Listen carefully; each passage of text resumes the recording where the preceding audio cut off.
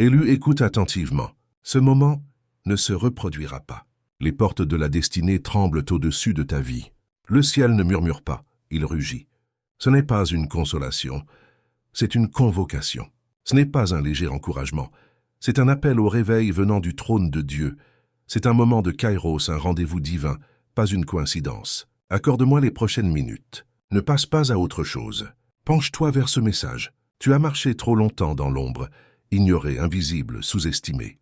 Les gens t'ont peut-être vu, mais ils n'ont jamais vraiment reconnu le feu que Dieu a placé en toi. Et je sais que tu l'as ressenti, toi aussi, l'affaiblissement progressif de ta lumière. Non pas parce que tu étais faible, mais parce qu'une guerre spirituelle silencieuse t'a vidé, morceau par morceau.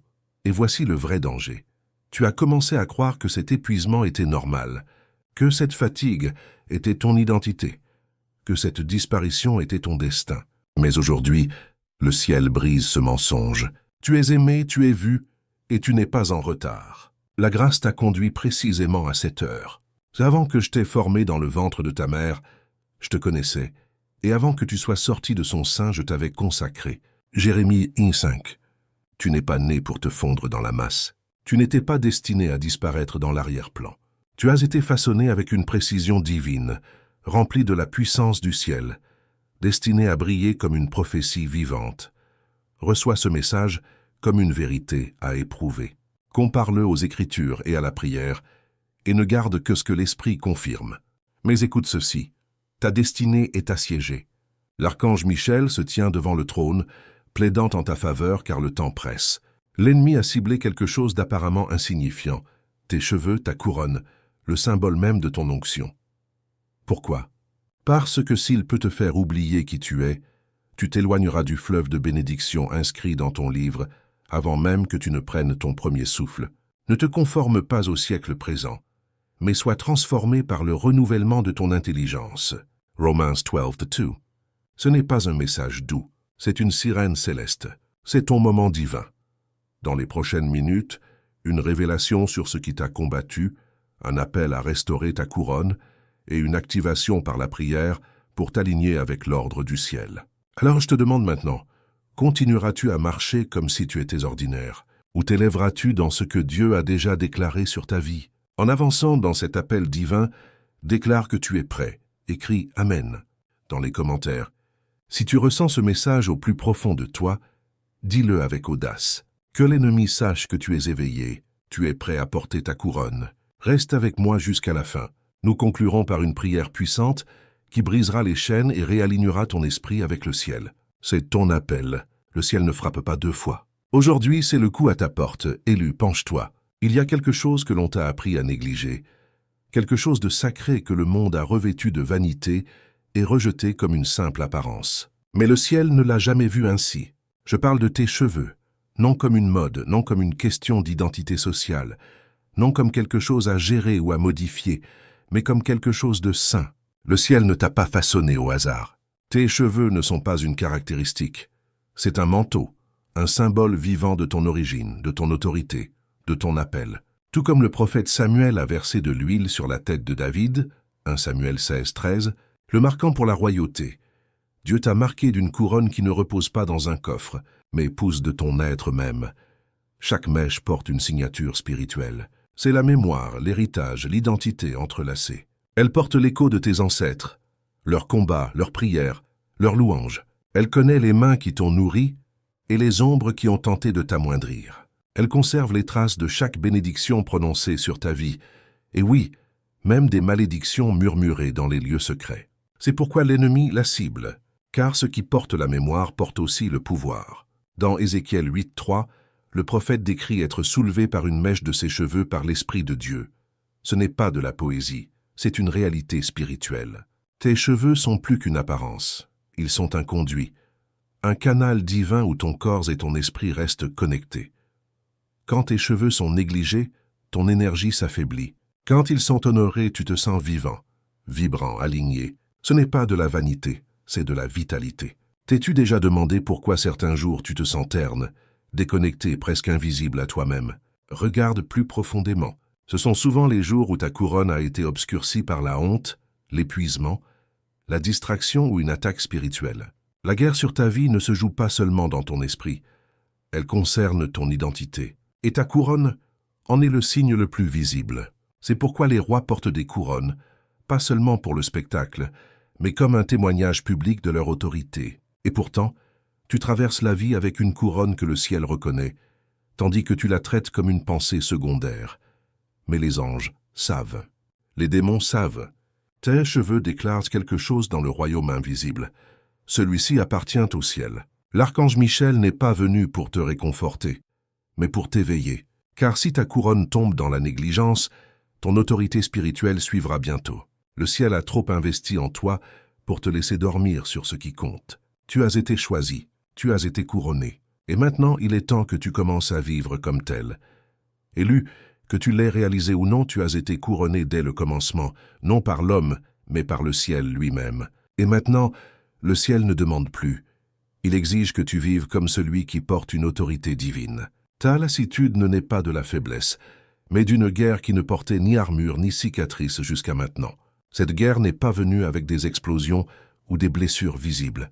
Non, c'était une invasion silencieuse, un démantèlement progressif de ton esprit à travers des choses si subtiles que tu les as à peine remarquées.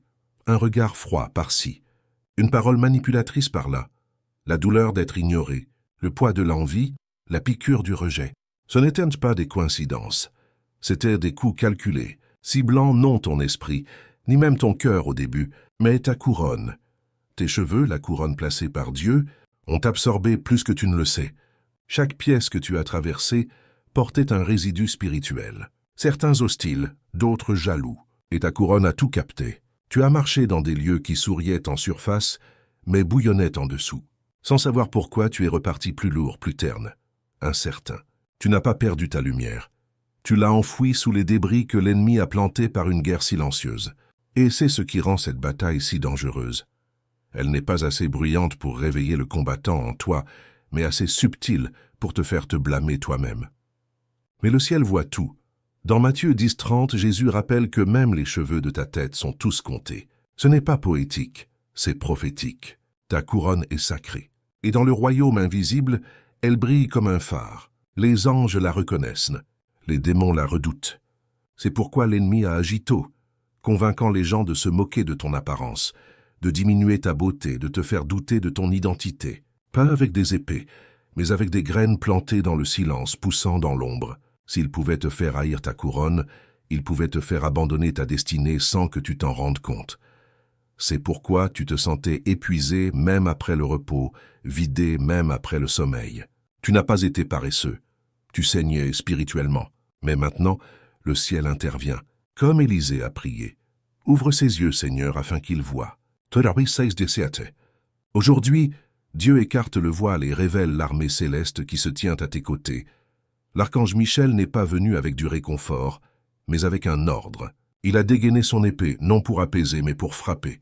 Il a vu chaque murmure, chaque malédiction, chaque autel caché où ton nom a été profané, et il a été libéré pour tout détruire. Le silence que tu as ressenti n'était pas un abandon, c'était une stratégie. C'était le calme avant l'attaque du ciel. Et maintenant, l'attaque a commencé. Le ciel ne regarde plus, il agit. La guerre pour ta couronne atteint son apogée, et le ciel ne te laissera pas être enseveli dans le silence, car tu n'es pas brisé. Tu es marqué, protégé, en train de t'élever. Le siège prend fin maintenant.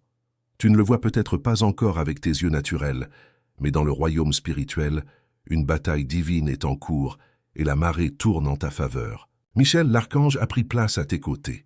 Son épée, allumée par le feu de la justice divine, tranche les cordes invisibles qui se sont enroulées silencieusement autour de ta couronne. Cordes de honte, d'épuisement, de moquerie, de confusion. Ce que tu pensais être de ta faute se révèle pour ce que c'est vraiment.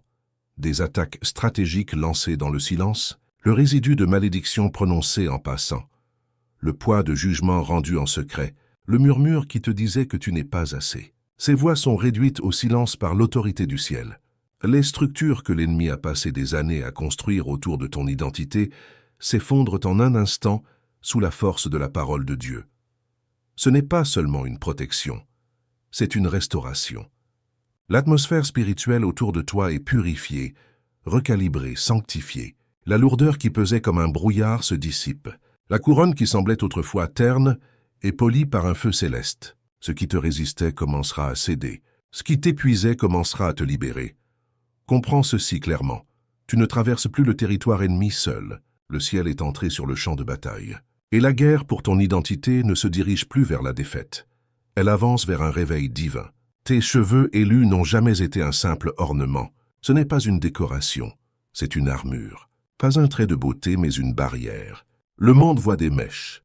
Le ciel voit un bouclier. Tes cheveux sont la première ligne de défense entre ton âme et les forces des ténèbres.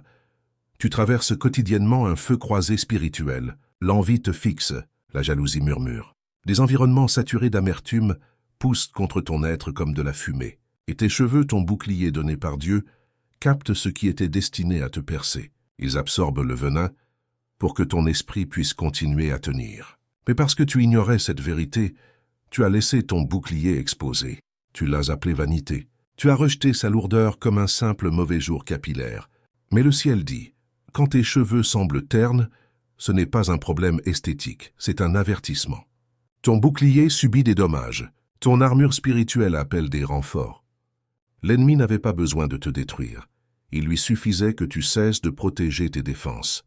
Mais maintenant, le ciel parle, car le coût de l'ignorance est devenu trop élevé. Tes cheveux ne sont pas seulement un bouclier, ils sont aussi ton antenne réglée sur une fréquence divine. Ils perçoivent ce que ton esprit ne comprend pas encore, détectent les changements d'atmosphère, captent les murmures spirituels et alertent ton âme lorsque quelque chose d'invisible approche. Élu, ceci ne concerne pas l'apparence. C'est une question de survie, de stratégie. Et le ciel le rend clair. Ta couronne n'était pas destinée à être négligée. Elle a été forgée pour être farouchement gardée.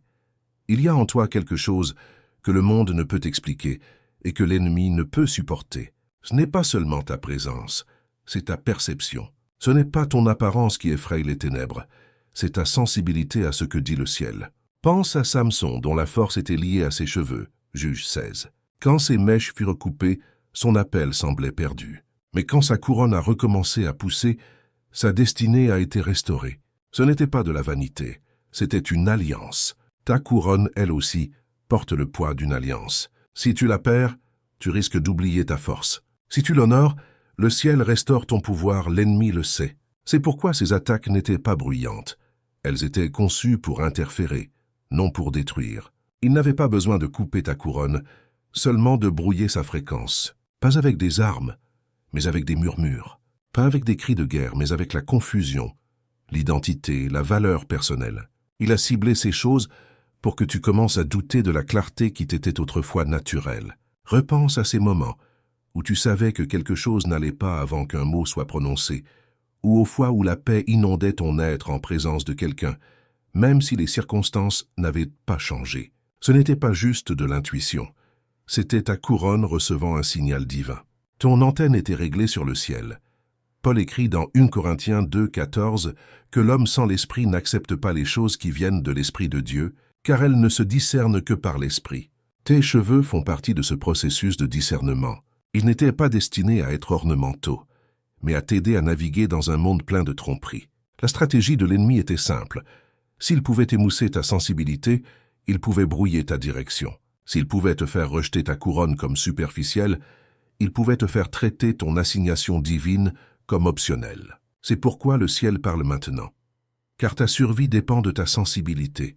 Chaque fois que tu prends soin de tes cheveux avec attention, tu honores le Dieu qui t'a couronné. Mais quand tu les maudis, les qualifiant de laids, d'indisciplinés, d'indignes, tu fais écho à ce que l'ennemi veut que tu croies de ton dessein.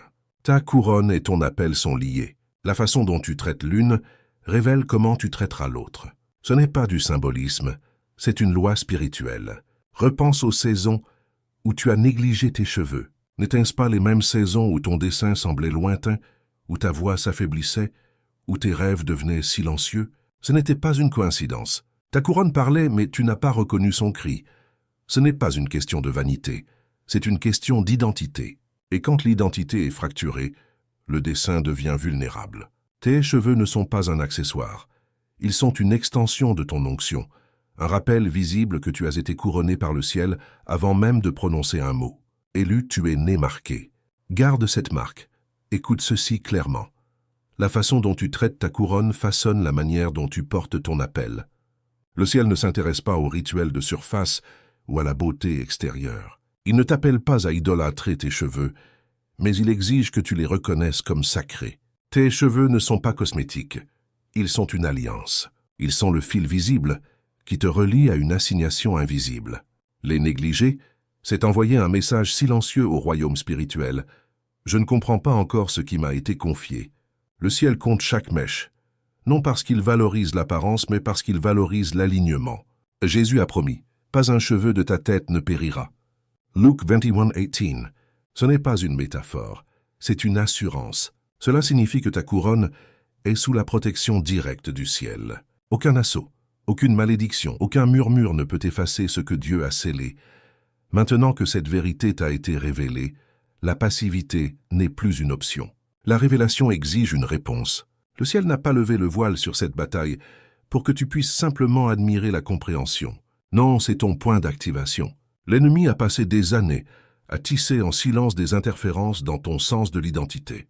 Mais Dieu t'offre un moment qui peut inverser ce que le temps a enfoui. Ce n'est pas du soin de soi, c'est du soin de l'âme. Comme les prêtres de l'Ancien Testament oignaient les autels avant d'entrer dans le lieu saint, tu es appelé à consacrer la couronne placée sur ta tête. Pas avec vanité, mais avec révérence. L'onction n'a jamais été une question de parfum ou d'huile. Il s'agissait de mettre quelque chose à part pour un usage divin. Mets de côté les distractions. Pose tes mains sur tes cheveux comme si tu touchais un parchemin écrit par le ciel. Parle sur eux, pas comme quelqu'un qui admire un reflet, mais comme un prêtre qui libère l'ordre divin. Ordonne à chaque malédiction de tomber. Ordonne à chaque parole honteuse d'être brûlée. Déclare chaque follicule prête à recevoir les instructions du ciel. Le Seigneur a dit par Ésaïe, « Ma parole ne retournera pas à moi sans effet, elle accomplira ce que je veux. » Ésaïe 55:11. Quand tu parles à ta couronne, tu ne parles pas à des cheveux. Tu parles à une porte spirituelle, un récepteur, un manteau. Elle se souvient de ce qu'elle a porté. Elle réagit à ce qui est dit. Et ce que tu dis en ce moment prépare la scène pour ce qui coulera dans ton avenir. Mais ne tarde pas. Le retard n'est pas juste passif. C'est le terreau de la destruction. Chaque seconde d'hésitation donne à l'ennemi le temps de resserrer son emprise. Tu penses attendre le bon moment. Mais dans le royaume spirituel, attendre sans obéissance, c'est se rendre. Le retard affaiblit le bouclier autour de ton âme. Le retard nourrit les malédictions destinées à mourir. Pendant que tu attends, les résidus s'accumulent. Pendant que tu tergiverses, les moqueries résonnent plus fort. Pendant que tu te distrais, les ténèbres se regroupent. Et voici la vérité sobre. L'ennemi n'a pas besoin de t'écraser. Il lui suffit de t'alourdir. Il n'a pas besoin d'un coup dramatique. Il prospère dans ton silence, avance dans ton retard. Le ciel ne demande pas de performance. Il demande de l'attention. Car là où ton attention va, ton autorité commence à s'élever. Tu n'as pas besoin d'une décennie pour récupérer ce qui a été perdu. Tu as besoin de 2 minutes d'obéissance, de 2 minutes d'alignement sain. Élu, ce qui repose sur ta tête n'est pas ordinaire. Ce n'est pas optionnel. C'est l'écho physique d'un manteau spirituel. Prends-en soin comme tu prends soin de ta destinée, car pour le ciel, c'est la même chose. Le ciel ne s'ajuste pas à ton emploi du temps. Il n'attend pas un moment plus commode. Quand le ciel parle, il le fait avec une urgence éternelle. Il y a des moments dans l'esprit, des fenêtres d'alignement divin qui ne s'ouvrent qu'une fois. Manque-les, et elles ne reviennent pas de la même manière. L'atmosphère changera, l'assignation se déplacera, et la bénédiction prête à descendre tombera sur celui qui était prêt, pendant que tu hésitais. Ce n'est pas pour instiller la peur, c'est pour éveiller la révérence. Car ce qui est en jeu n'est pas une opportunité manquée, c'est une destinée. Si tu tardes, ton discernement s'émoussera comme une lame inutilisée. Si tu attends, la lumière de ta couronne s'affaiblira et le feu destiné à guider les autres vacillera dans l'isolement. Mais si tu agis maintenant, si tu réponds pendant que le ciel parle, tu allumeras l'étincelle qui brise chaque cycle d'érosion et lance une vague de restauration divine. Le ciel a dégagé le champ de bataille. La voie est ouverte, mais pas pour toujours. Ce n'est pas une suggestion, c'est le signe élu. Comprends ceci avec une clarté spirituelle. La restauration de tes cheveux n'est pas cosmétique, elle est catalytique. Ce n'est pas une question de mèche, mais de système. La couronne sur ta tête est le sommet de ton dessein spirituel. Quand le sommet est aligné, le reste suit. Comme le dit le psaume 133, L'huile coule de la tête vers le bas. La bénédiction commence au sommet. L'ennemi le savait. C'est pourquoi il a ciblé ta couronne en premier. Il n'avait pas besoin de détruire ta vie.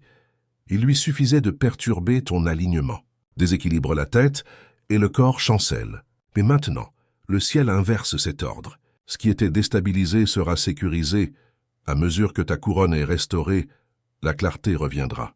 La confusion se dissipera comme un brouillard matinal. La confiance se rassemblera à nouveau. Tes sens spirituels s'aiguiseront. Les rêves autrefois retardés accéléreront. Pas par ton effort, mais par la force du ciel. Ce n'est pas une théorie, c'est une loi spirituelle. La fatigue que tu portais n'était pas toujours physique. Sa racine était une déplétion spirituelle, enchevêtrée dans la honte et enfouie dans ta couronne. Et maintenant, alors que ta couronne est purifiée, les anciennes maladies perdront leur emprise. Les blessures émotionnelles commenceront à se refermer, ne se nourrissant plus de poisons cachés. La faveur financière bloquée se libérera. Les relations commenceront à guérir. Les portes longtemps scellées s'ouvriront. Pas parce que tu les as forcées, mais parce que tu as été reconnu. Tu n'es plus ignoré. Tu es vu. Tu es marqué. Pas seulement d'huile, mais de feu. Le ciel n'a pas seulement restauré tes cheveux, il les a consacrés. Ce qui t'était donné par grâce est maintenant scellé par une alliance. Tu ne portes pas seulement une couronne, tu portes une mission. Tes mèches ne t'appartiennent plus uniquement.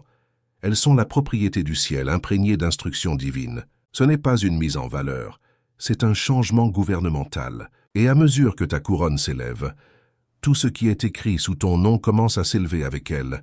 Élu, ce qui repose sur ta tête n'est plus vulnérable aux malédictions des hommes, à l'envie des autres ou aux murmures de l'ennemi. Ta couronne a été sanctifiée, scellée par le décret du ciel. Elle ne t'appartient plus seulement, elle a été revendiquée par le trône. Ce n'est pas symbolique, c'est une loi spirituelle. Tu n'as pas seulement été béni, tu as été lié. La consécration est la déclaration du ciel.